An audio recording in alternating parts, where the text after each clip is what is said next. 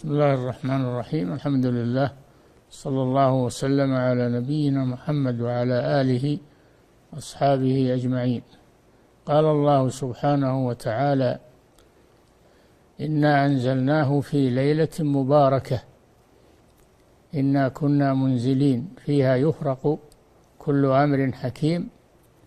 فهذه الليلة ليلة مباركة، سميت ليلة القدر لأنها تقدر فيها أعمال السنة، تقدر فيها أعمال السنة وما يجري في السنة، فهي ليلة مباركة وهي ليلة القدر.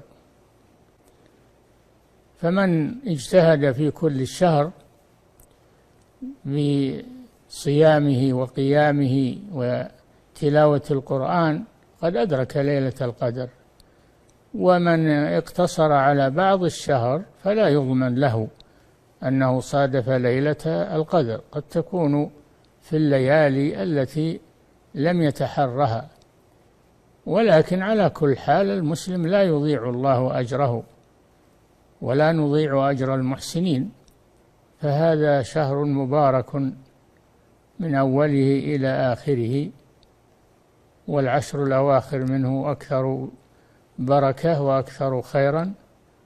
والنبي صلى الله عليه وسلم كان يعتكف العشر الأوسط، يتحرى ليلة القدر، فلما تبين له أنها في العشر الأواخر نقل اعتكافه من العشر الأوسط إلى العشر الأواخر، وداوم على ذلك حتى توفاه الله عز وجل.